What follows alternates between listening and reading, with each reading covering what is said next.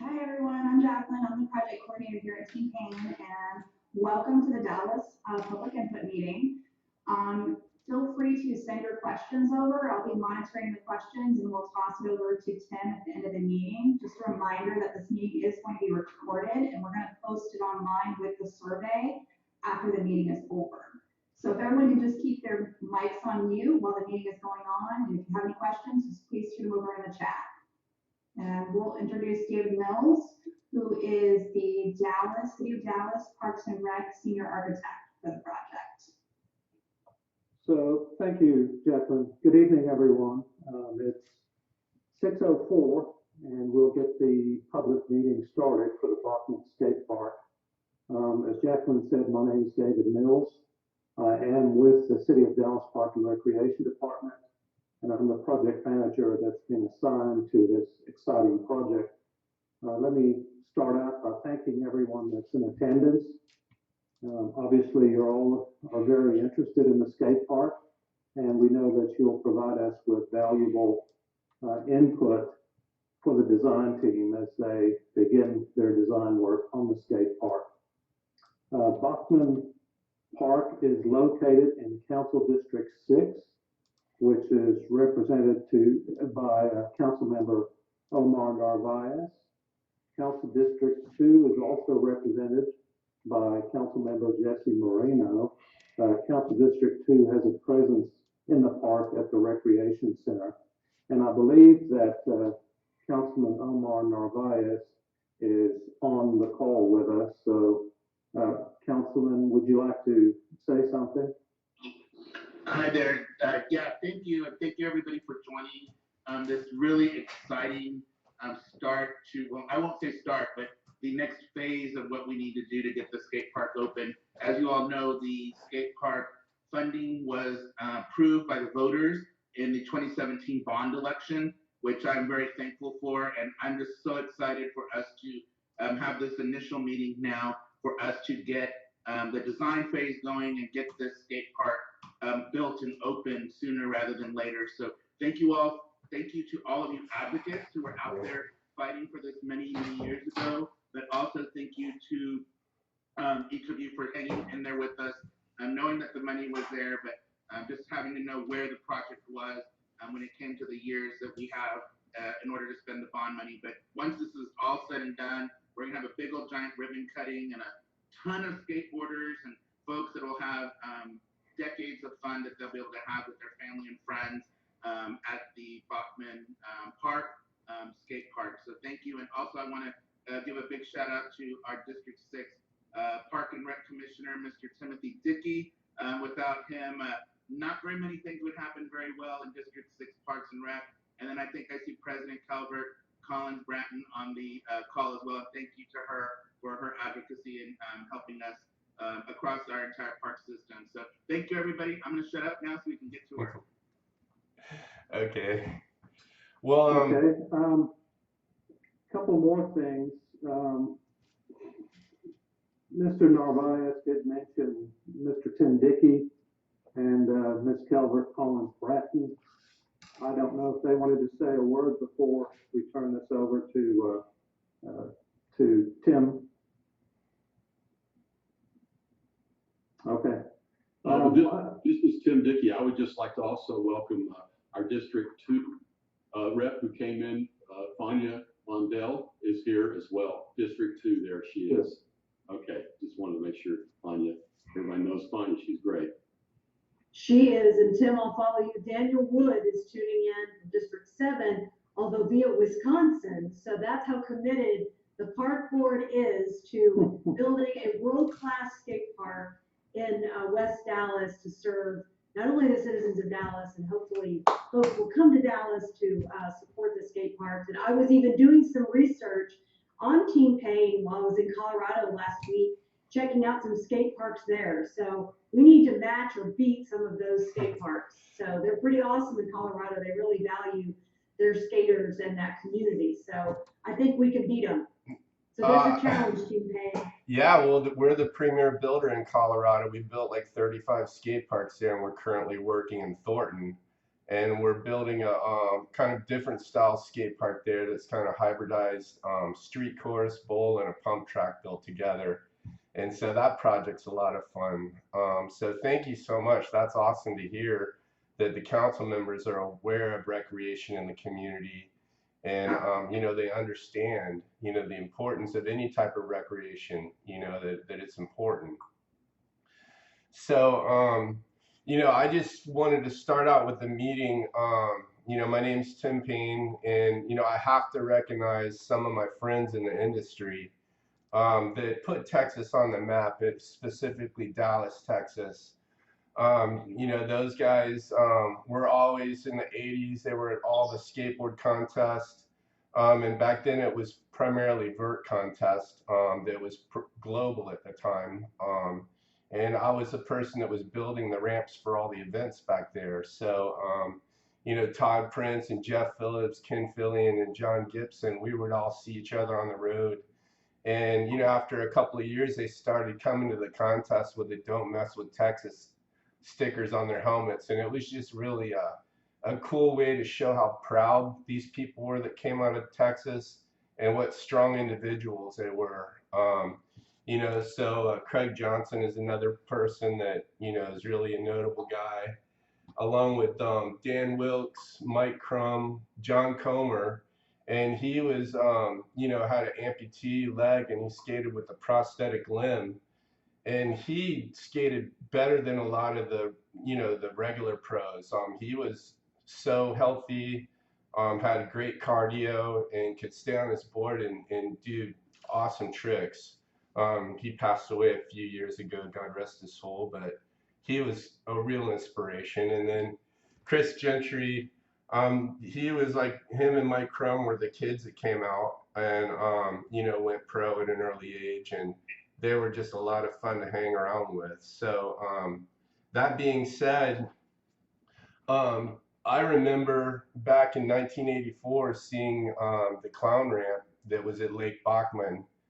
So this is kind of coming full circle where we're able to put a skate park back in the location where basically skateboarding got put on the map. And what happened was there was a ramp that was built for a video game, and it was a human pinball machine, and that was acquired by some people in Dallas and moved to Bachman Lake back in 1984, 1985, and it hosted the first Shut Up and Skate contest where people from California and Florida and everything traveled to skate in these events. And so that's how I got introduced to the clown ramp in Dallas skateboarding. And during that time, I was traveling around the world. I had already built 32, well, probably 40, vert ramps at the time that, I was, meeting and hanging out with these guys. And, a lot of them were on the cover of magazines, skating the ramps that I built. And I also later on became a writer and, submitted articles to the magazines and had my own column for a couple of years. Jeff Phillips, he asked me to build his skate park in 1988, and it opened in 1989. And it was really close to this location. We would land at the airport, and in 5 minutes in a cab ride, we'd be at a skate park riding. So we also have to, recognize some of the local organizations, the Skate Parks for Dallas group of people. They've been, fighting the fight for a long time and getting parks built all over. Mike Crum's skate park, 4 Down, they're, have a free skate park for the community. And of course, the Texas Skateboard Museum, Galupo Skateboards, that museum's located in Dallas. So, they're keeping the history going. So back in the day, I was working by myself as an independent worker, and as skate parks grew and we started building more indoor and outdoor skate parks, I started the company Team Payne Skate Parks. So, you know, my name's Tim Payne, and I've been building skate parks for, 40 years. You know, it's been something that I did since I was growing up. Surfing, skating, and biking and motocross were all part of my, life growing up. And basically, my big break was working for Tony Hawk's dad. He called me from California, and he had heard of the ramps that I had been building and asked me to come build ramps for the National Skateboard Association. And that led to building the Bones Brigade Search for Animal Chin ramp, which we built in California. And that was like a real big deal, movie wise. It took skateboarding to another level, adding mini ramps on the decks, tunnels through the ramps, spines. That's where the spine ramp was invented. I invented the spine. So we worked with, I've worked with these skaters personally, built their training facilities, been to their houses, built their backyard ramps. And, every once in a while I build a secret project for them, like Tony Hawk's, the movie, The End. We built the vert ramp in the bull ring in Mexico. Danny Way, we built the big air ramp for him. This was built on the top of a hotel in Las Vegas, the Hard Rock Hotel at the parking garage. So everything had to be craned up to the roof, and that was a huge event. Bob Burnquist, we built all the stuff in his backyard and built special things for him. This picture right here is him jumping into the Grand Canyon and free diving after that. Matt Hoffman, we helped him break higher records, and we also built all of the first big air ramps that were built out of wood before it went to scaffolding. And Paul Rodriguez, we built training facilities. So those are some of the main people. And, here's a few close-ups of, Tony Hawk's ramp in the bull ring.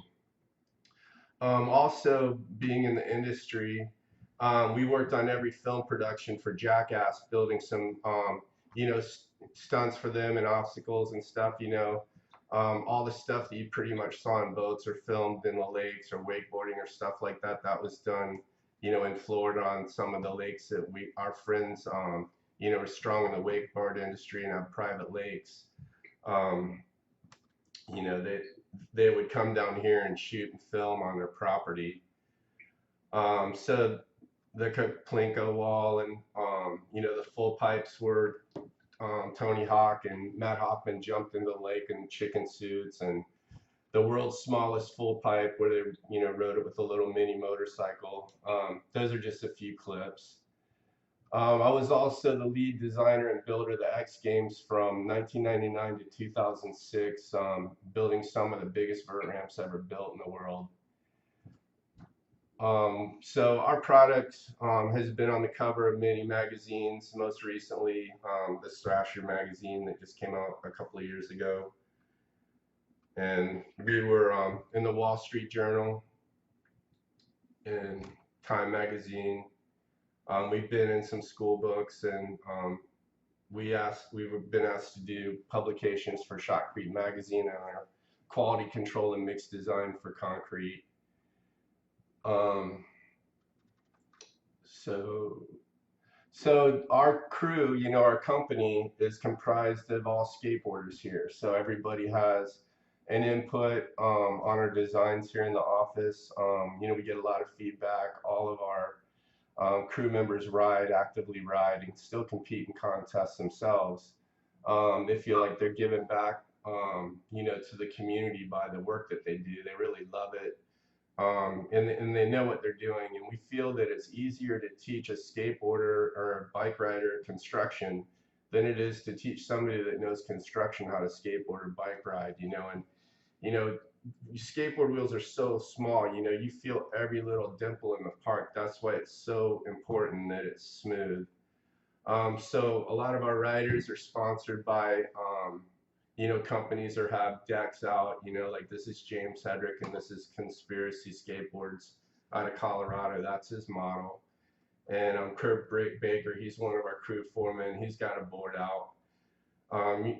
So all our guys are more than just skaters. They're highly proficient riders, and they still compete in contests and all of our young coming skaters, our crew members are active touring all over the world and representing our company in skateboarding and trying to make a life of what something that they love. So one thing that a lot of our parks are known for and actually, desired is skate contests. A lot of the parks that we build are a magnet for companies to hold skate contests at. We try and pay attention to being able to ride into the skate park easily, visibility, plenty of space for standing and viewing, access for pop-up tents, electrical outlets, lights for night skating. So we try and pay attention to all of that, and without even knowing it, we're making these parks kind of ADA accessible by just thinking about riding into the park. So some of the funnest events that we did was like the King of Snake event that was held in Arvada, Colorado, on the huge snake run there. It was 13-foot deep in the deep end. That was held for one of our crew members that had cancer and passed away, Dave Tuck. He was basically the ambassador to Colorado. Like anybody that came to Colorado, they knew who the Arvada Army was, and Dave Tuck was, a huge leader in snowboarding and skateboarding, and made sure everybody had a good time when they traveled there, and hooked them up in Colorado. Another person that we're real good friends with and we love to support is Grind for Life, Mike Rogers. He's got an organization that helps people with cancer. He actually helps them travel and lodging and gives them, mental support through their struggles with cancer. They have an event that they do all over, Grind for Life skateboarding events, and usually there's 200 people there entering the contest. So he holds about 6 to 8 contests a year with the border that helps him run the organization. Also, something that's pretty cool that came out of the skate park at Tampa is Boards for Bros, and they broke up now, and they're nationwide, and they have 7 offices all over. And what they do is they gather all the old skateboards and put them together and give them out to people, just underprivileged or kids that need something to do. They'll be doing events and giving out free skateboards everywhere, and it's really cool to see that they're growing. And everybody's got a used deck or used trucks or used wheels, so it's nice to see that there's somebody that's reclaiming all that material and putting it together and making it useful again. And they got a lot of good sponsors that help give away clothing and backpacks and other goods to these kids in the community. The Campbell Skate Park in St. Petersburg, Florida, the Adaptive Sports Foundation was searching for a facility to hold an event at that was, handicap accessible to hold their first event. And when they went to St. Pete, they just fell in love with the park. It was super easy for them to get into. And they had held an event like a year and a half ago, and that's Wheels down there at the bottom. He showed up for the event and competed. But these guys just took up the park for the whole day and just all had fun coming out and sharing the experience with each other. And from that, the St. Petersburg skate park was recognized as a wheelchair-friendly skate park, which is super important to me. That skateboarding, there is no lines drawn in the sand. Like if you can hang with these people, it's like a basketball court. Like if you're proficient, if you're a beginner, people are going to watch out for you. If you're a kid, there's going to be people there, taking care of you. A skate park is really a unique atmosphere. So with that, I wanted to share some examples of what our parks look like. So I know some of you might not be familiar with our company. So here's a few slides. Arvada, Colorado. This is like a 44,000 square foot skate park. It's got a big snake run. It's got the Charleston hangar replica. It's got a big street course, a beginners area. Colorado Springs.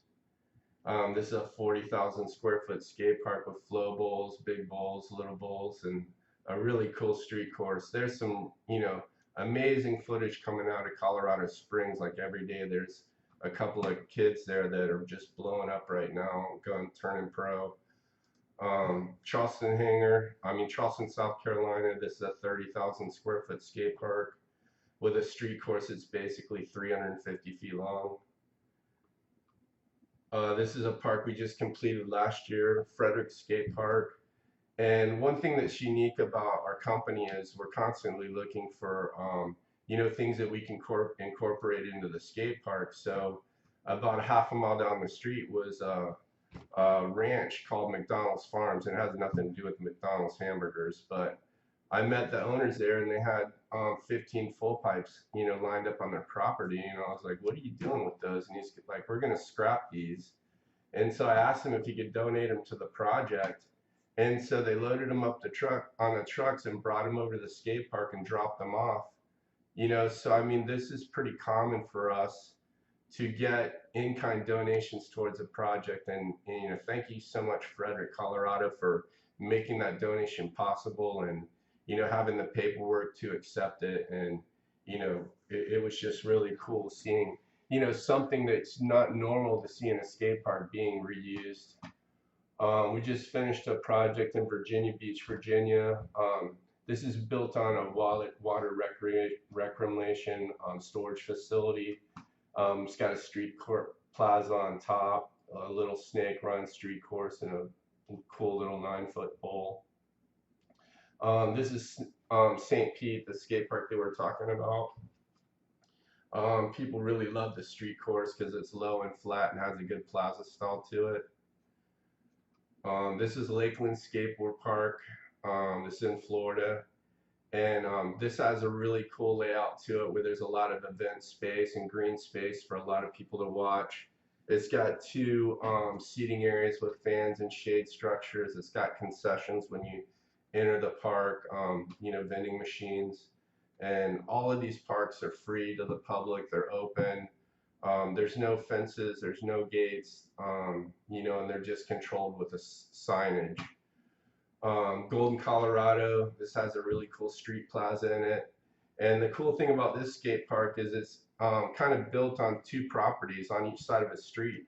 So the street course is on the west side of the street, and then the bowls are on the east side of the street. So it breaks everything up real nice, so everybody's got, area to spread out in. And that's one thing that we try and do with our parks is spread everything out so there's, area for people to flow. This is Golden Skateboard Park, Jacksonville, Florida.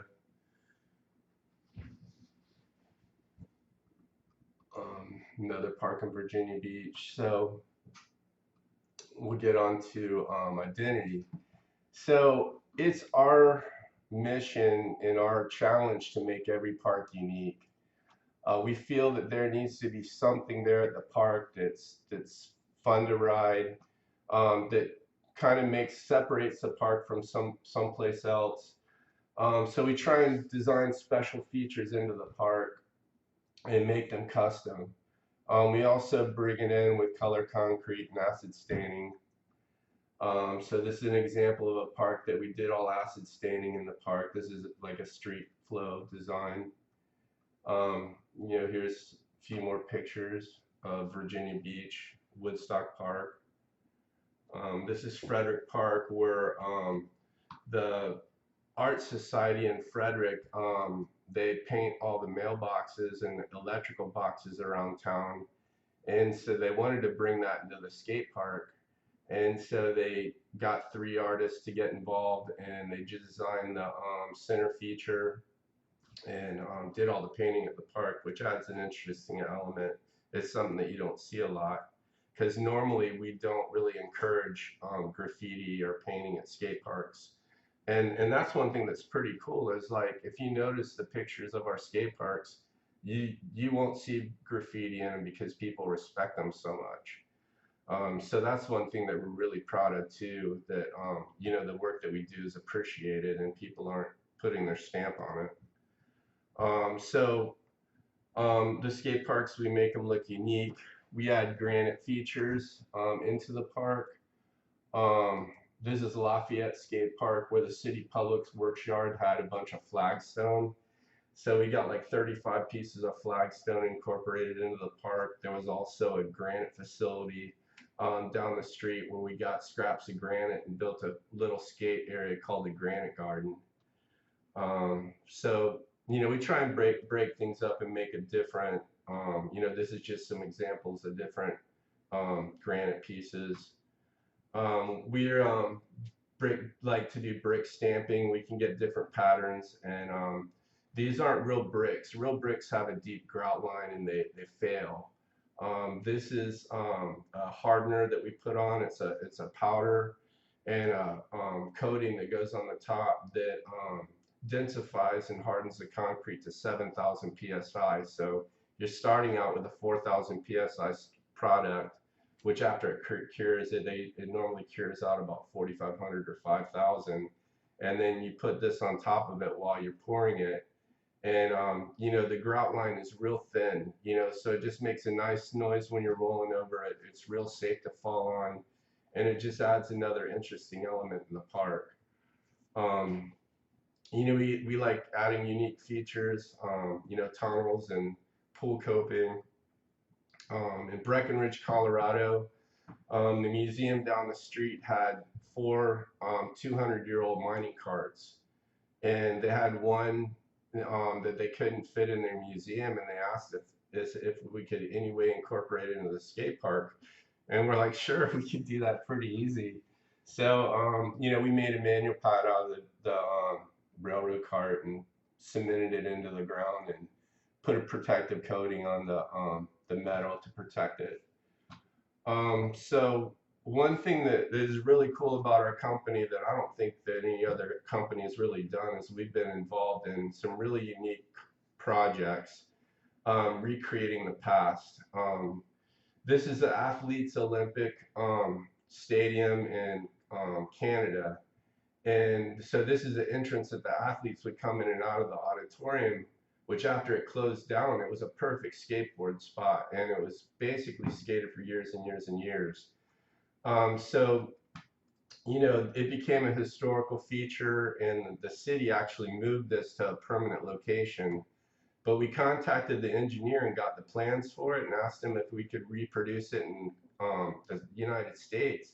And he said gladly, he'd be so stoked if we did that. So in Golden, Colorado, we rebuilt the exact structure and made it 6 inches bigger just so the transitions were a little bit looser. And we put a plate of 3/4 inch steel that was laser cut that says Golden on it. So all throughout the day, there's a shadow on the ground that says Golden. And so, this has been in all kinds of magazine pictures and stuff. It's a really cool feature. Yeah, I don't know what happened to the picture with the shade. So like Charleston Hangar, that was, like super famous bowl that I built back in the 80s. We reincorporated that into the Arvada skate park. 30 years ago, like I was talking about, the Animal Chin ramp, that was kind of what really put me on the map in 1986 building this ramp. And there was some iconic photos that were never able to be captured before in skateboarding, 4 people doing an invert on a spine, that just was never even heard of before. And so 2 years ago, I was asked to recreate that ramp permanently at Camp Woodward West in California. And so all the skaters came out and rode the ramp again, and they recreated the same shot 30 years later, which is just amazing that all these guys are in such good shape in their 50s. They're still skateboarding proficiently.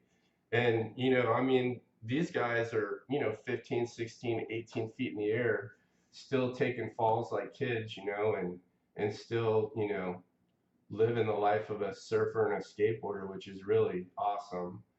And this is another iconic shot where the 2 skaters are grinding up under each other, and Mike McGill and Tony Hawk are tail tapping their tails in the air.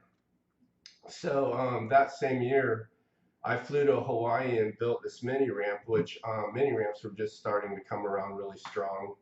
And it had a 12-foot gap in it, which Mark Gonzalez, he's a famous painter and street skater. He's the first guy to do a handrail for all you guys that are watching out there that want to know, like him and Natas Kappas basically were the first people that, you know, grinded a real rail.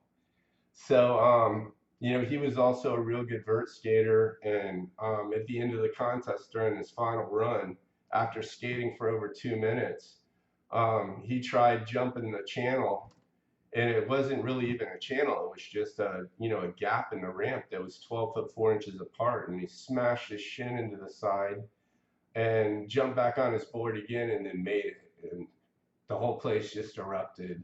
That was at the Blaisdell Arena in Honolulu, Hawaii. And so, yeah, that's actually when my wife and I got married, and we basically vacationed there for 3 months while we stayed at the YMCA day camp and, you know, built that summer camp that was a skateboard camp for Camp Erdman and YMCA.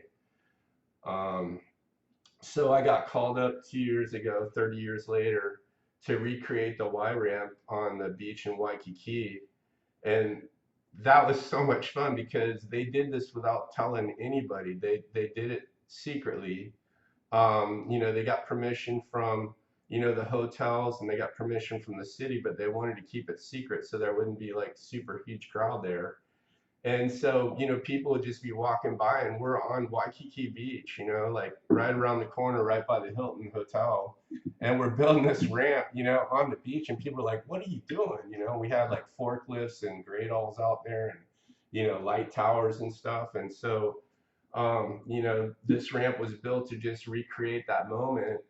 And, you know, Mark Gonzalez came out and he jumped the channel again. Of course, it's smaller. And we added some features to it, like the, you know, the grinding rail that goes across the channel and stuff. So, I mean, that was just like super cool that, you know, people remember those things and wanted to recreate something that I built. So, that was just really made me proud. You know, these guys are super passionate, and like I said, they're still incredible athletes. Um, so Another thing that's really cool is I don't know if anybody remembers Getaway Skate Park, but you know, this year we signed a contract to rebuild the skate park in Huntsville, Alabama. And ironically, my minister, Bill Underwood, was the person that designed this skate park. He, you know, grew up in Atlanta, and you know, he was, you know, one of the guys that rode for Progressive Skateboards and for Progressive Skateboard Shop, and he was like the main designer of this skate park in Huntsville, Alabama. So we're going to take some of the iconic features, which one of them is this capsule over vert corner, you know, and we're going to recreate that into a modern day skate park. And so we're lucky enough to have, you know, like the only copy of the original sets of plans, you know, for the skate park that was built, you know, back in the 70s. So our design approach, to start talking about, you know, us and our company, you know, we wanted to talk about the project at hand, which we're very, you know, proud to be a part of. You know, it's located on the west side of Lake Bachman site. You know, here's a map overview of, you know, Lake Bachman. And of course, you guys know it's where the Dallas Love Airport is, and Bachman Lake, and around there is a water treatment facility, trail loops. So basically, this is the area identified that we can use for the skate park. And, you know, basically we're trying to make it around 40 to 50,000 square feet is what we're looking at. So we've already done our survey work, our geotech borings, and that was really key to designing the skate park, is to know the water table and how deep we can go with the skate park, because one of our challenges, so you know, is we're supposed to balance the fill on this site. So because this is a, you know, environmental area, with the trees there, this area has got some really cool trees there.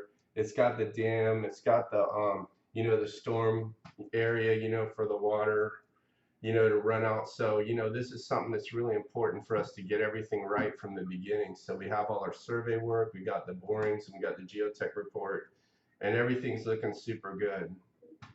So basically, just to go over with you, what you would get in a 40,000 square foot park. We thought Arvada was a good example, just kind of break it up and show people, basically in this design, there's beginner bowl, get beginner intermediate bowl. There's a, beginner intermediate street course. And we try to make everything connect with the deck so people could flow around and stay on their board and not have to pick up their board and walk to different areas. There's a 15,000 square foot street course that has big heat rails in it, jersey barricades, decorative art pieces, the potato chip, leaf pieces in it. They're all acid stained, and we've got the snake run that's held some really cool events there. The snake run deep and is 13 feet deep, so that's like one of the deepest snake runs in the United States, and it just flows really good. It's got a channel in it and a tunnel to walk through. And then the bowl areas, the community really wanted the Charleston hangar rebuilt there at that park. So the public input meeting process, we're basically going to go into a design phase now based off of the survey and the chat information we get. So when we get the design finished, we will come back to you and present that to you, which it'll probably take about 4 months for us to do that process. So we're going to reach out to you through all the local shops and their Instagram and Facebook, and also ours. Our survey, when we come back to you, we're going to review the survey question with you. And basically it's 30 to 35 questions that just let us know like what you're looking for in the park, depths of things, tile and coping and different, do you like round coping or square coping and stuff. So it's pretty cool. It's really easy for us to tabulate all this and share it back with you. So this is a representation of the graphics that we're going to be showing for the skate park. So, we'll break it down and show all kinds of different views of the street, art ideas for the park. We also thought it was cool to see if we could bring in something that kind of just labels Dallas in some of the areas, like with acid staining. So we took liberty just in this concept to show some Dallas emblems in here. Also, I believe we're trying to do a recognition of some of the predominant figures that came out of Dallas. We're hoping that could happen.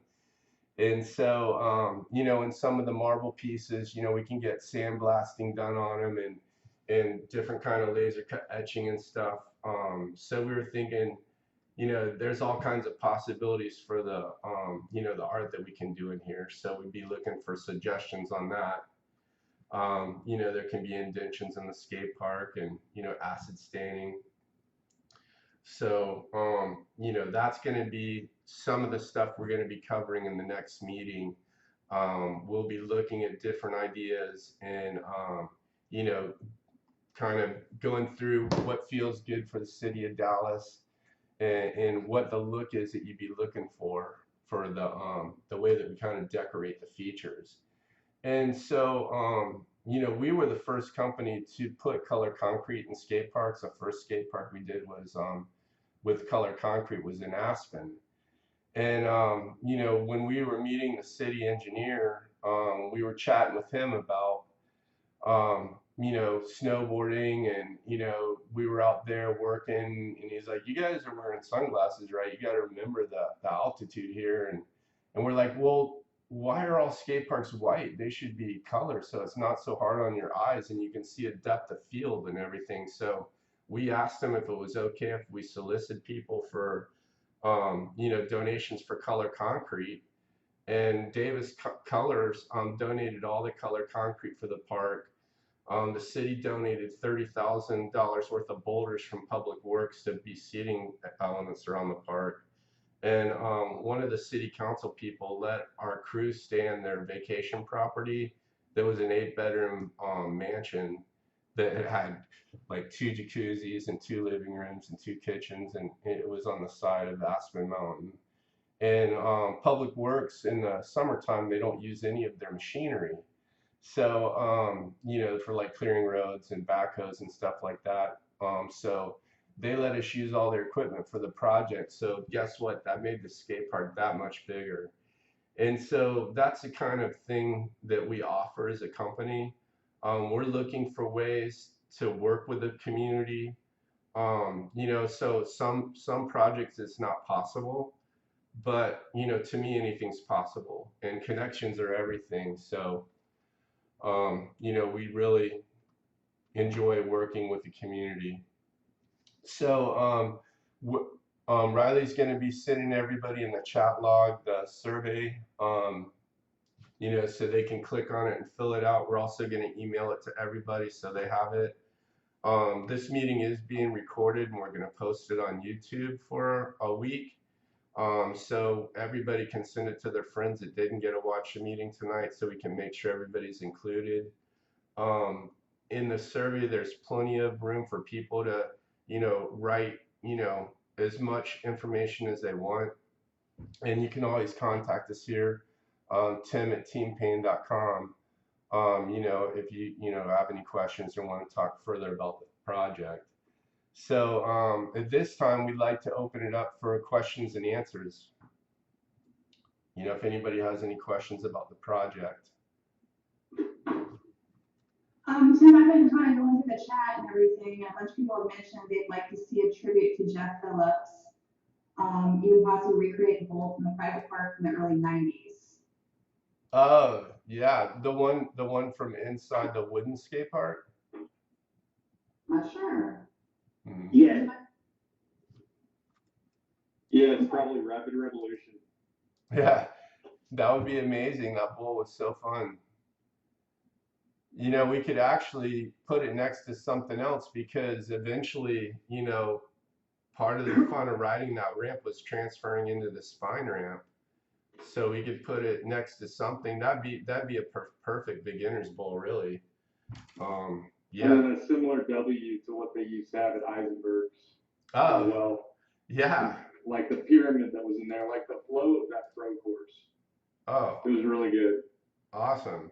Yeah, I didn't even know if I should mention Eisenberg's, because that was a rollerblade park, and I was kind of didn't know. I didn't ask anybody, but Oh no, I do it all. Yeah, I skateboard, rollerblade, not much BMX, but I mean, I think from the chat, everybody wants it to be a park that anybody can come to. yeah, oh, yeah, So yeah. Scooters, bikes, blades, skateboards, whatever. Awesome, awesome. Yeah, there's a lot of comments on the in here about just making sure that it's friendly to everybody. We just want to make sure that it's built for every discipline: scooters, bikes, roller skates, rollerblades, everything. A lot of people mention Eisenberg's. They really like the beginner course. Oh, that's awesome. Michael says a 6-foot ramp with a box and a spine. Matt says a clover bowl would be great.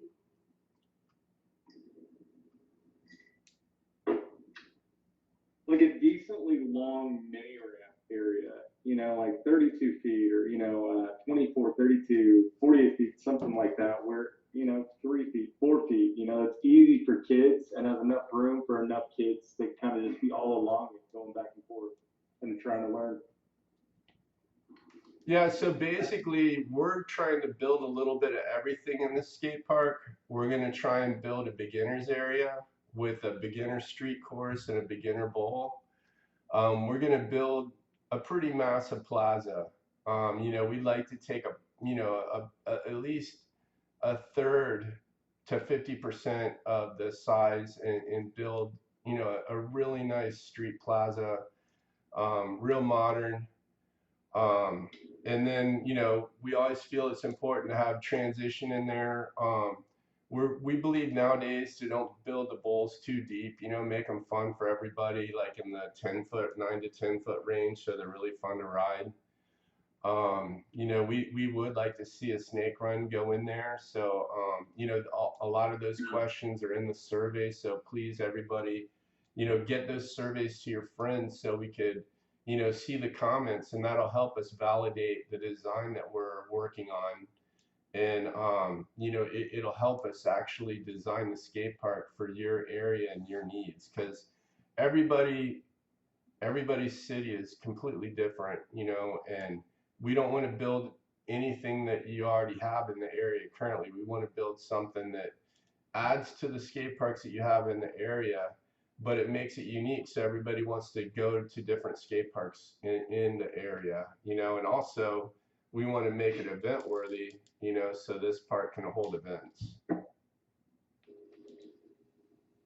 So speaking of that, the Longview Skate Park, like I skated there recently, and it felt like it was ready for a competition. So I don't know what thoughts y'all have on that, or if anybody else has skated that park, but it's worth taking a look if anybody has a chance to go see it. Awesome. Some people are mentioning the vert ramp as well. I guess there was a vert ramp out at Lake Bachman previously. We don't need another vert ramp in Dallas. We already have one down down, the tribute, like a blue ramp, clown ramp, vert wall would be fantastic. Yeah, that sounds really cool. And quarter pipes that are replicas of the quarter pipes at North Park Mall that everybody has wanted to skate since they were like a kid. Awesome. Make sure to put that in there. Yeah, a couple people said they like the quarter pipes at the North Park Mall, and a lot of people are saying that shade and trees are a must out there. Nice.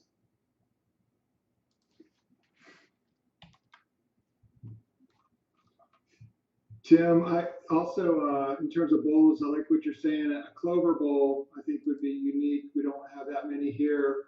Something that would be easy to skate for all ages would be nice. I also see a number of the comments are naming kind of really popular street areas around kind of downtown and just outside of downtown. So, I think it would be kind of cool to incorporate something that does represent some of these downtown or just outside of downtown street spots for those who skate those, kind of a tribute to either current or past spots in Dallas, Yeah, please send pictures, names, map pins, so we could like source those areas out, and that's definitely something we'd love to do.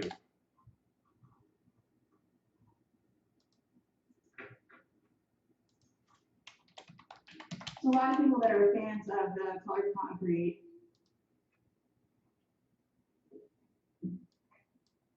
It really sets it apart, and it gives you a lot of depth of perception. It does make the concrete look really nice and appealing. And that's one It thing. makes it safer too.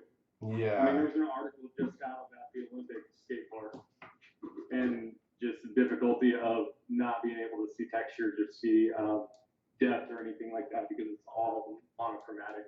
So it kind of makes it more dangerous for everybody. Yeah, and like we mentioned in the beginning, that our engineer and landscape architect, Outwell and Delineator, they're both phenomenal in their perspective and their eye for detail, and they're going to be, looking at cool sidewalks and, trying to make it just really accommodating for not just the riders, but, spectators and people walking around. So there's a lot of different ideas on the table. And so, we're going to corral all that and bring it together, and we'll have a really cool design to present to you at the next meeting. And we can distribute the results of the survey. We usually leave it up for a week, a little over, probably 9 days, it's at 7 to 9 days, and we'll take it out and we'll give the results to the city so they can review it. We'll give to the team to review it, and once everybody reviews it, then that'll become public information and we can send it to everybody. So that's something that we can share with everybody.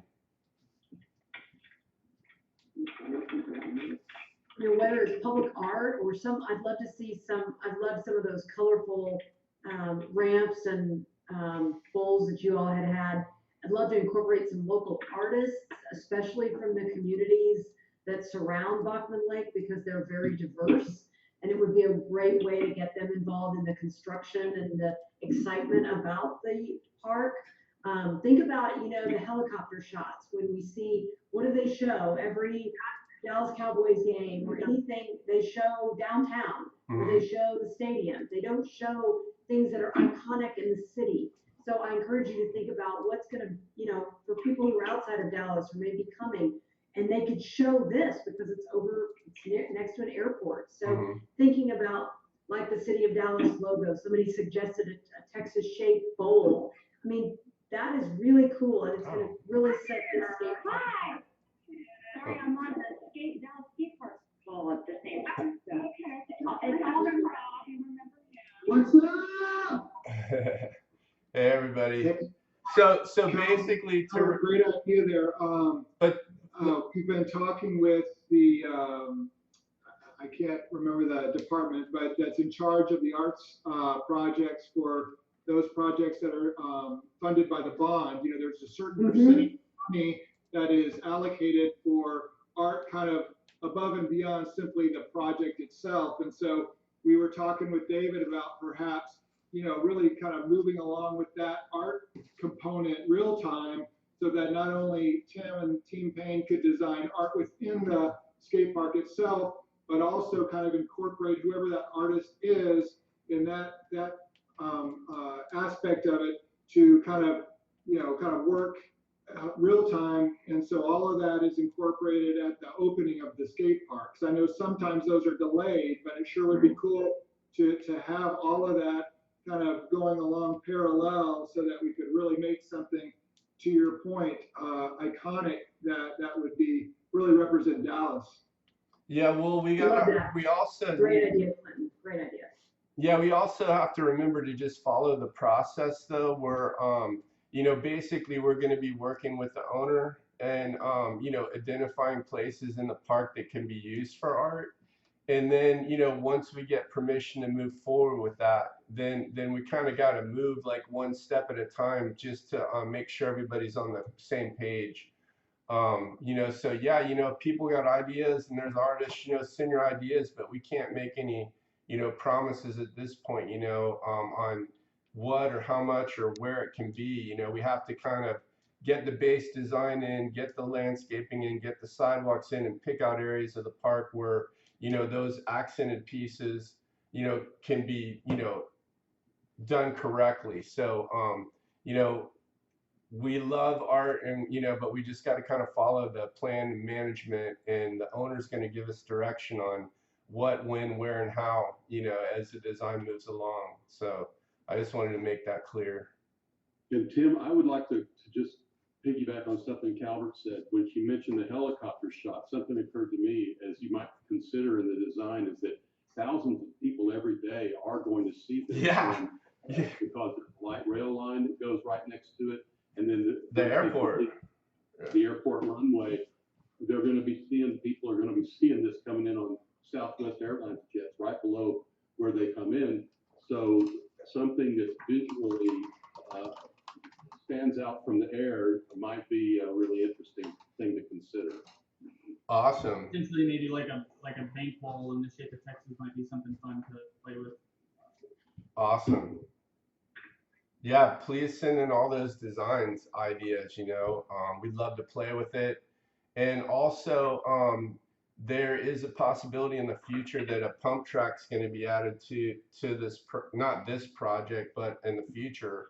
So, you know, there's a possibility of more things being added. And as we get more firm direction on that, we can announce that at the next meeting.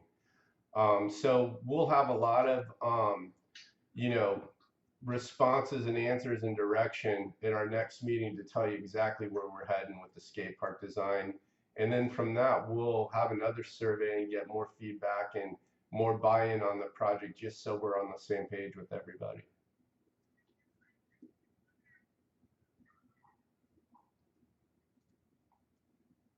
This is super exciting on, on behalf of the park board. We've never gotten to do this. So this is not in our wheelhouse and you guys are the experts. And I feel like I've learned a tremendous amount in the last hour. And this is just the beginning. My first reaction when I saw that 40,000 square foot park was, oh my gosh, this is in Dallas. This is we're just on the precipice of something that is so cool and totally supported by the skating community, which is really important. So Team Payne, you guys are clearly the right partners in this, and our staff that are doing a great job working with you all. And so this is so awesome. I'm just thrilled and can't wait to go get a skateboard and put on a lot of padding. Yeah. So Thank you so much. That's awesome. Thank you. And Dallas really deserves this. That this has been a long time coming, and it's kind of crazy that it's coming full circle that a place that had a skate park before is going to get a skate park again. It's just screaming for it. We're waiting on the phone.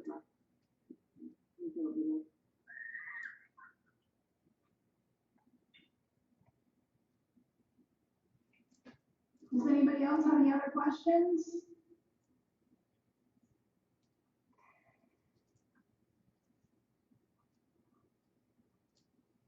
Did everybody get the link to the survey message to them in the chat?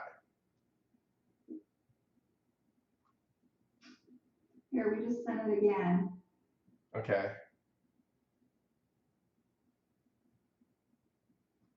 Is there a link to the YouTube for this meeting?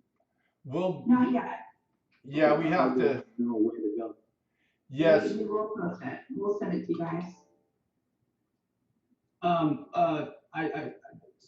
Sorry, Team Payne mentioned there would be a place where we might be able to submit some sort of potential requests or just design ideas. I was wondering if you could potentially give a link to that, or we could send that as well. Sure. Do you want to send it to info@teampayne.com? That'll go right to me.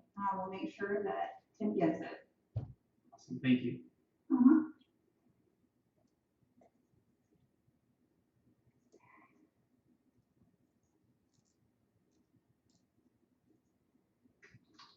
Yeah, so the video is being generated tonight and it'll be posted on YouTube in the morning, and we have everybody's email address that participated in the meeting because it's automatically collected. So we'll make sure everybody gets a link in the morning when it gets posted on YouTube, and we'll also send that to all the skate shops and bike shops in the area. We'll send it to the city so everybody can circulate it.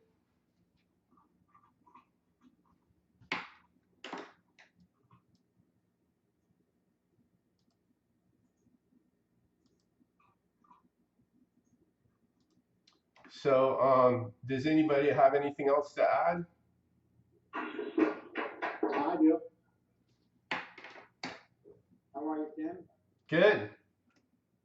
So, I have a concept. What if we were to already have a couple of thousand granite tiles already that came out of an existing granite plaza, and instead of having a granite features, what if we just built an entire granite skate park and more of a street type plaza to represent these downtown type settings, these municipal buildings, these city halls? Because what happens is we build these really amazing skate parks, and Tim, I know your work really, really well. I'm from Florida. I think my grandmother was even your accountant on Aloma Avenue many, many years ago. Yeah. And so I think you built really, really amazing skate parks.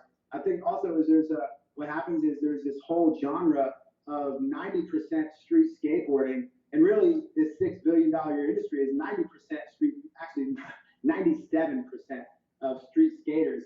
And we want to skate these New York City type features, these Love Park type features, these even downtown Dallas in Fort Worth, there's actually a place called Burnett Park, and that's the greatest skate park we've ever seen. But we're not allowed to skate there. What happens is it creates a lot of frustration because now you're putting up skate blockers, which is, and these things to prevent skateboarding, but then it almost like makes us feel like there's an aggressive will towards us by not participating in this, culture, in this sport that we're a part of. And then it's not fair to the building owners and the business owners because they don't want us in front of their store or their business, which rightfully so.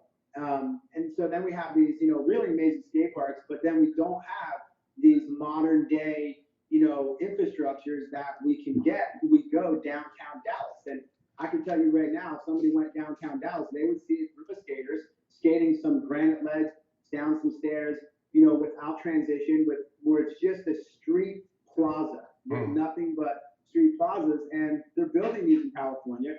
But really the big thing is in Europe, they're building granite skate parks. They're building public spaces that are accessible to everybody, on a scooter, on a skateboard. But, I think it would be so incredible to have just a giant street plaza that represents and articulates the street skateboarding view. Because even when you go to a skate park, you have one person in the bowl and 75 kids on the street course. Absolutely. So a lot of times there's not enough flat ground. There's and there's an Instagram skate architects. They're in Barcelona, and we just want to recreate these legendary skate spots in Barcadero and San Francisco and all these spots that we travel the world to skate. And I think now that there's so much concrete parks, and concrete makes up 16% of the world's carbon footprint, whereas granite is coming natural from the earth. And so if we have a granite source and it's not astronomically expensive, because at this point, I could personally build a granite skate plaza cheaper than somebody can build a full-on skate park because I've already purchased 2,000 granite tiles to build a private one for myself. So just a thought as we, because I know, the Hammond brothers and Tito, and I know all the guys that work for you as well. And so, and they're all great guys, and you've built incredible skate parks, and you've done and you continue to do so much for skateboarding. I just think there's a whole nother side of it now. Absolutely. As we become this, $6-7 billion industry, and we have Nike involved, and Supreme is worth $2 billion with 5 stores in the e-commerce business. I think that it could be time to, step into another realm and really, grab that downtown culture, that downtown, architecture, infrastructure, and put it in a skate park. And I guarantee that it would lower crime. I guarantee that skate shops would be on the rise of, selling boards, and more kids would skate. And more people would be happy with it. What's your last name, James? My name is Jimmy Fischetti. I actually do own a skate shop in South Florida called Postmodern. And I actually currently live here in Dallas part-time. And I'm just trying to get these plazas built. Nice. Well, yeah, please send us your email address and let's get on the phone tomorrow and chat about a few things. Absolutely. My email is, actually, you can call me on my cell. Anyone who wants my phone number and would like to reach out to me, please do. I'm at a point where I'm ready to buy land myself and build my own granite skate plazas in the cities. That's kind of where we're at. And so my phone number is 561-262-5289. The name of my store in West Palm Beach is Postmodern Skate Shop. My Instagram is PSP411. Awesome, man. Well, thank you for introducing yourself, and thanks for making yourself available for this project. Absolutely. Yeah. I look forward to hearing from you, Carlton, and if there's anything else that I can do to contribute to, the skateboarding community and helping to, get the skate park built, skate plaza, just, give me a shout out. We're always available to help out. Awesome, man. Awesome. It takes a neighborhood, man. It takes community. That's awesome. Thank you. Absolutely. Thank you very much. Appreciate it.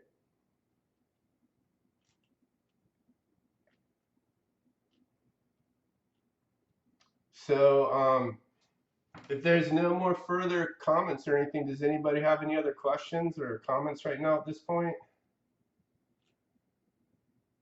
I'm Tim Dickey, the park board member for the district. I grew up at Bachman. I grew up in Northwest Dallas. I remember the old skate park there. And I just want to say we're really excited. And It's, as Clinton and everyone that knows at the park board, we've gotten almost 200 emails from skaters that are excited about this and actually want to do more elsewhere in the city.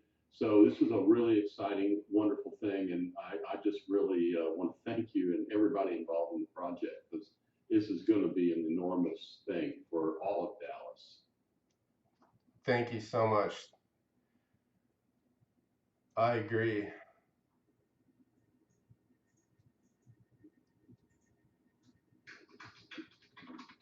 And Tim, hey, Clinton Haley again, Skateparks for Dallas, and just once again, thanking not only skaters, riders, scooter riders, rollerbladers for participating tonight, and also those parks board members and city council members that were able to get on. Truly fun to see kind of a whole Dallas collective talking about this and giving feedback. So like Tim said, we're super excited. This sounds like it's going to be an amazing park, and big thanks to Team Payne for helping facilitate this. Thank you, Clinton. This is Fania Mondell, I'm the park board for District 2, and I want to echo just the amazing visuals that you gave us, and all of your efforts, and this whole community that's come out to really kind of heighten my education of this. I grew up with Arlo, and so I have one aspect of it. Really? It's really cool. So thank you very much. How's he doing? I haven't heard from him in like 10 years. Likewise. Really? So, yeah. Man, he was cool, you know, and one day, it was funny because we would always hang out at the X Games and stuff like that. And then, you know, one day when I was building this park, he was in town because he was traveling all the time. And we went out street skating together where he was skateboarding. And I was actually amazed like how good he was on a skateboard, and nobody knew, you know? And so everybody thought of him as this loudmouth rollerblade kid, and he could skateboard really well, you know? So I was stoked on that. Arlo was athletic. He was very athletic. I grew up with him and his sister. Awesome. Well, I wish their family the best. I know his mom was amazing too, you know, just helping him with his career and, you know, business and entrepreneur. You know, she put together some really cool packages for him, and, you know, like it was an awesome family, real exciting to be around, you know. They're positive people. For sure. Well, thank you guys, everybody, for everything on this meeting. Thank you.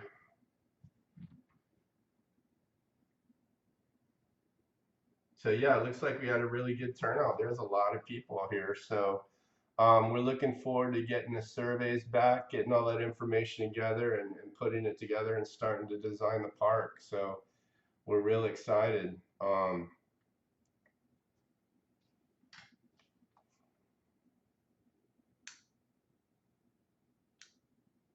So I see people kind of signing out.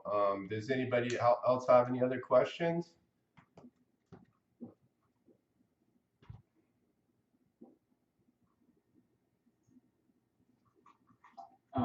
Hi, I'm James Maker. I'm a local artist that went to college here, and I would love to help you with the CNC or making those really cool etched granite things I saw. Mm-hmm.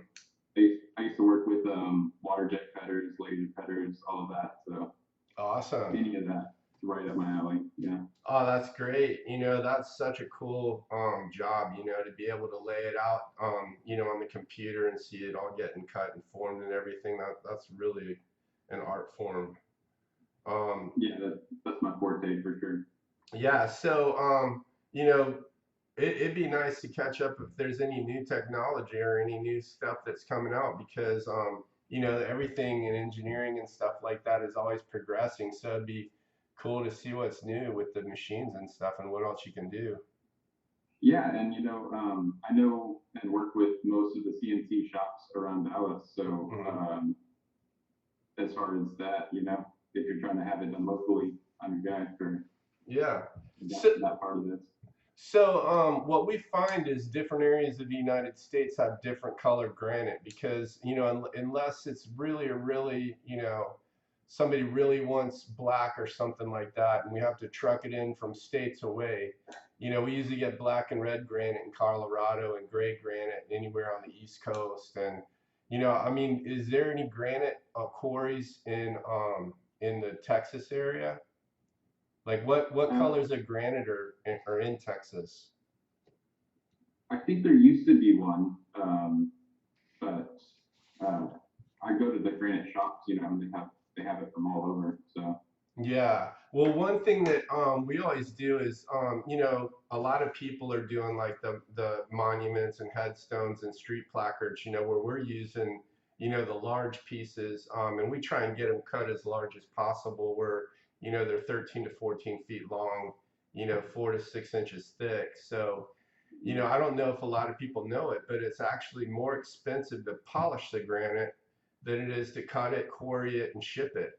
So a lot of the manufacturing costs are just in polishing it. So one of the cool things about the designs on the granite is all the sides don't need to be polished. Some of the undersides and the lower edges or on the surface can be sandblasted or a rougher finish and then have a polished edge. So there's different ways that we try to make the pieces more affordable. But a lot of times granite's more available than marble. Marble's a little bit softer. It chips a little bit more, but once it wears in, it grinds so good. So both features, have like a little bit different feel when you're grinding on them.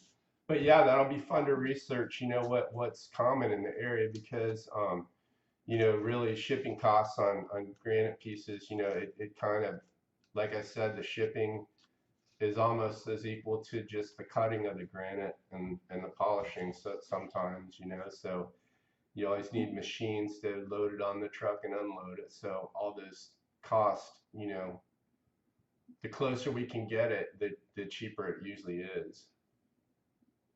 Also, I would say, sorry. So there's this movement towards low poly art in Dallas. When I was in college, I had entire classes just about it and how to do it. And I'm seeing it pop up like in Deep Ellum and stuff, where in North Park Mall, it's all over. Like in all the window displays, there's these big geometric, geodesic shapes. And I think that could translate really well to something to like drop in off of, or could be integrated into the park some way or another. Yeah. Could be cool. I had a question. This is Michael Kraken. From like a cost per square foot standpoint, what are the factors that factor into the price per square foot or cost per square foot of the finished product? And then, what are the best ways in terms of like the design to account for all that? Obviously, you guys are professionals, but from like a city dollar standpoint, and I'm an auditor by trade, so apologies, but like from a cost standpoint and from a cost control standpoint, how do we factor those things in terms of the materials used in the part? And can you give a breakdown in terms of like we're talking about granite, but then can you give alternatives that are less expensive, alternatives that are probably better suited for Dallas, that kind of thing? So when we get into like the materials and options, is that something that you're gonna kind of give out in an itemized, if we go more here, then it's probably best to cut back over here based on the budget, or just those kind of factors? Well, to be responsible, we always have a preliminary cost that we produce, and we work with the owner to understand that. And so we have the base price for the site work, the drainage, everything that's going in, the skate park, everything's all broken out. And then there's a separate column for color concrete, and any aesthetics that's added. So they're totally separate line item items that have been budgeted out. And then from that point, we choose whether to use it or not, and how it's getting used. So, it is something that's not just, thought of last minute. Yeah, no, I'm like you're getting down to various kind of the detailed or in the weeds with the design and costs and so forth, and you kind of like you're playing with different designs, and you know this one increases your cost over here, but it really gives you more value. So maybe you know phase this out, that kind of thing. Like, are there going to be multiple iterations that you know provide that or factor that in, or you know obviously you have the line items, the itemized costs, but I'm just thinking in terms of cost and also you know the trade-offs within you know various aspects of the overall design. Mm-hmm. Well, basically, as far as wear and tear, whatever element that we're putting doesn't really add or decrease the life of the park. You know, the granite elements are something that, you know, lasts 10 to 15 years and they're replaceable. And, you know, they're not really that expensive compared to the you know, the park construction. So, you know, acid staining and brick stamping, you know, those are all pretty inexpensive, you know, items to do. The color concrete, it tends to be, you know, the most expensive aspect that we put in. You know, as far as the actual just skate park itself, any art that's around the park will be, you know, budgeted out as a line item, based on, you know, how big the feature is and what the design is. And is enough, I guess, covered shade, and that's probably down the road, but is that something also that's, you know, factored in as part of the total cost? Yes, we're gonna pick out different areas in the park for benches and shade structures. And depending on if this project's gonna be phased or it's all gonna be done at once, you know, that'll be decided as the plan moves along. Right now, it's our goal to produce a functional master plan, and you know, we'll present that, and then, you know, those decisions will be made as it moves along. Got it. Awesome. Thank you. Sure.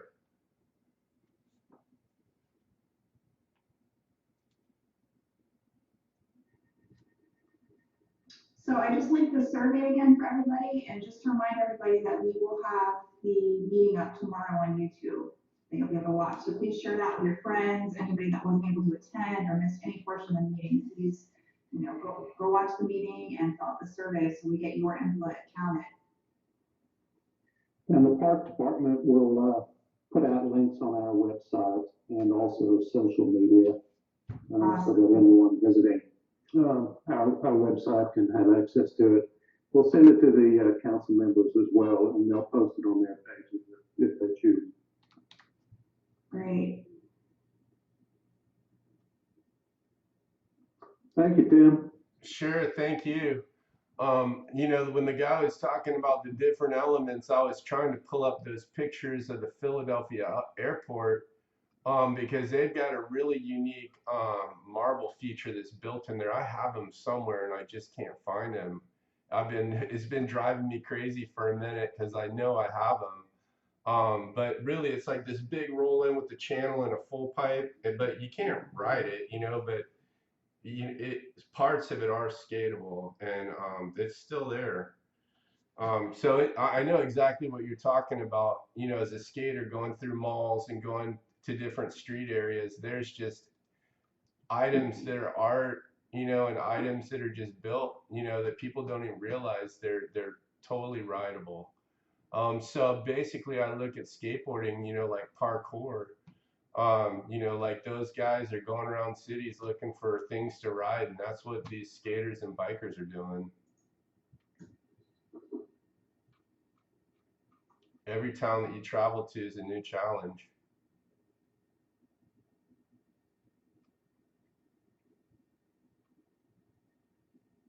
Does anybody else have any questions?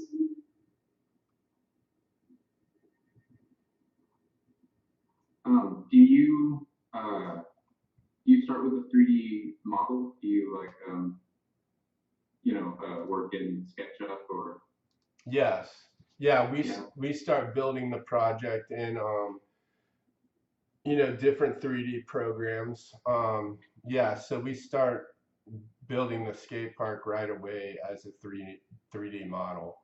And you know, we have the geotech report in the survey, so Our challenge in this project is balancing the fill on the site.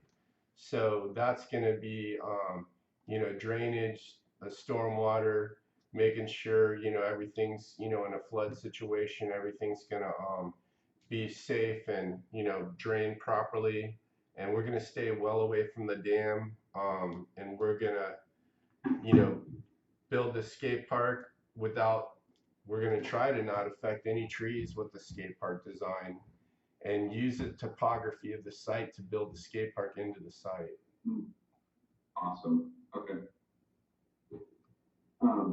I could also, I don't know if you already have a team of people that do that, but I like decorate 3D models as a contractor, and I would love to help with this project as much as you need. So.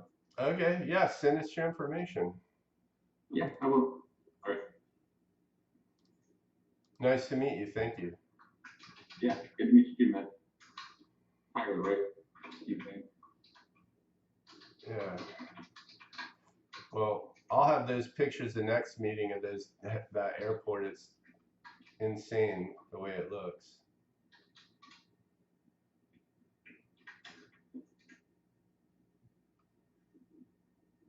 Oh, I can't find it.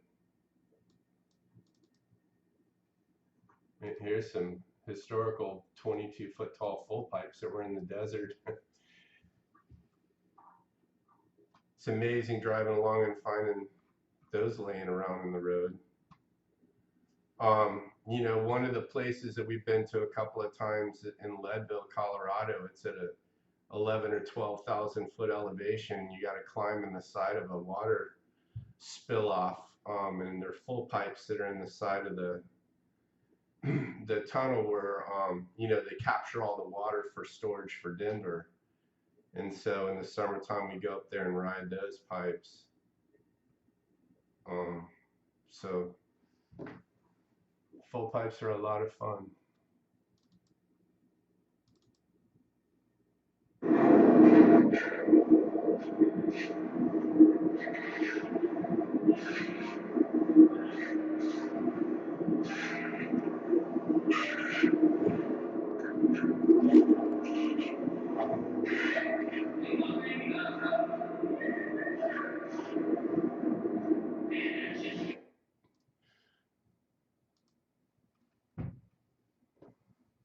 Thought I had some photos.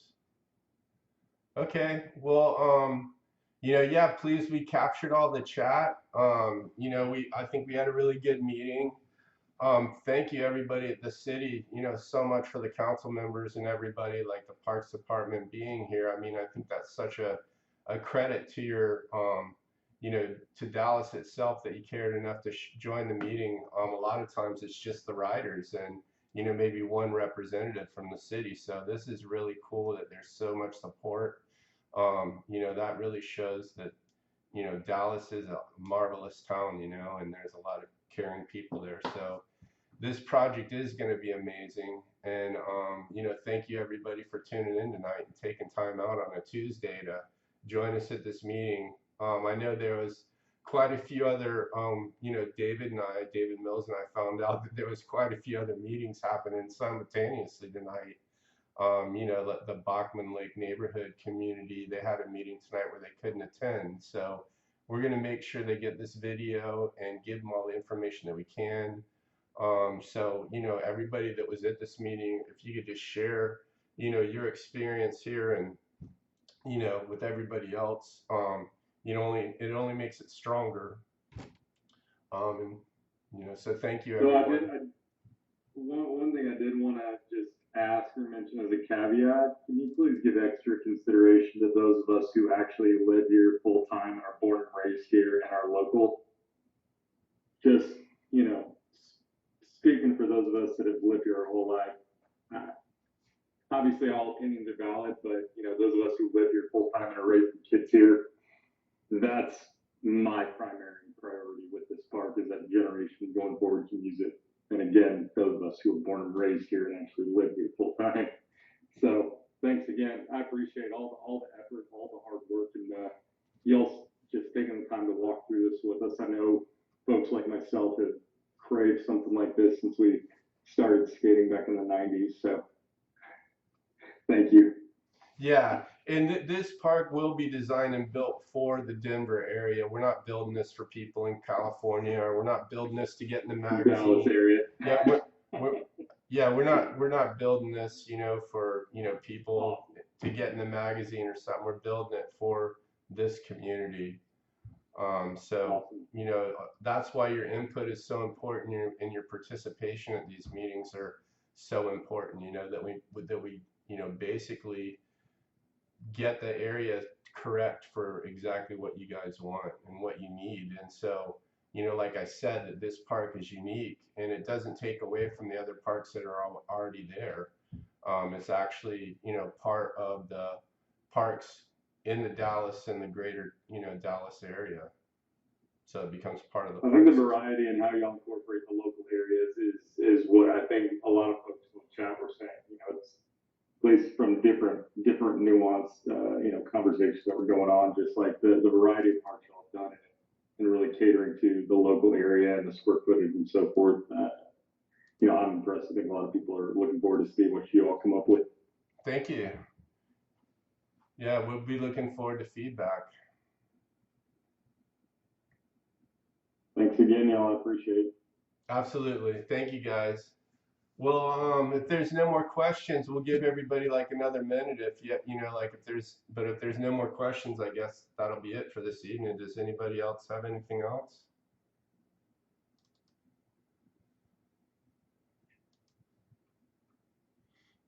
All right. Well, thank you everyone for tuning in. We really appreciate it, and we'll be looking forward to getting back with you soon. Thank you, Tim. Thank you, David.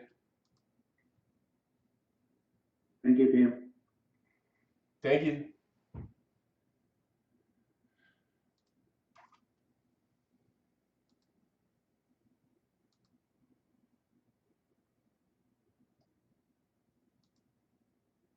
See everyone.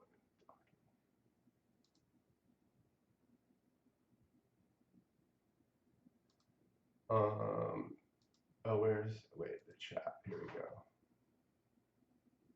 Send to everyone. Okay, so. Huh? Yeah. So right. Oh, really? What was He's this? just being obnoxious. He's like, can't pay park stock and like just talking all that shit. So we kept having to drop him out. Oh man. Well, I remember there was a way that I copied and pasted all of the information already, but there was a way I could make this a PDF or something. Did you copy it into a Word doc? Yeah. I copied it in a Word doc, but I guess if I signed out on the web, it like formatting was funky. Mm-hmm.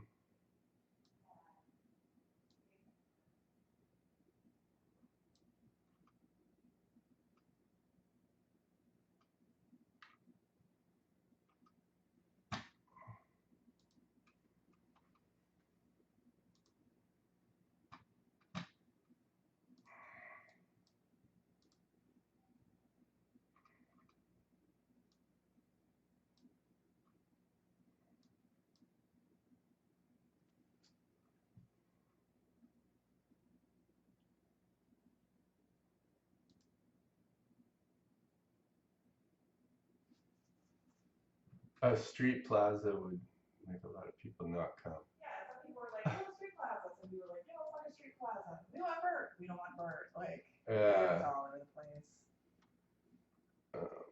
Yeah, thanks a lot, Jacqueline, for showing up. Yeah, no worries. I just gotta figure out how to grab the rest of this. But I remember, I swear the last time I made a PDF. But no, thank you for coming. Yeah, Appreciate it. Of course. I can stop the recording now. Why didn't your kids come up here? They were actually sitting around watching HGTV. I was like, what are you guys doing?